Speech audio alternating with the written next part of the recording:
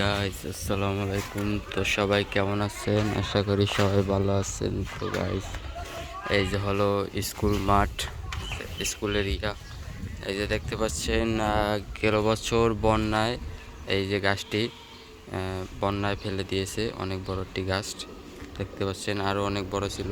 তো মানুষজন এখান থেকে ডালপালাগুলো কেটে নিয়ে গেছে। তো এই যে দেখতে পাচ্ছেন এখানে অনেক বড় বড় ঘাস হয়েছে।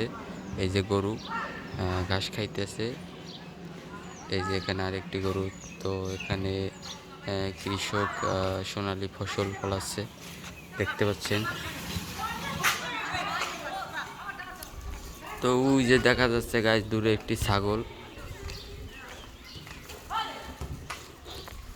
গাইস কালা একটি ছাগল,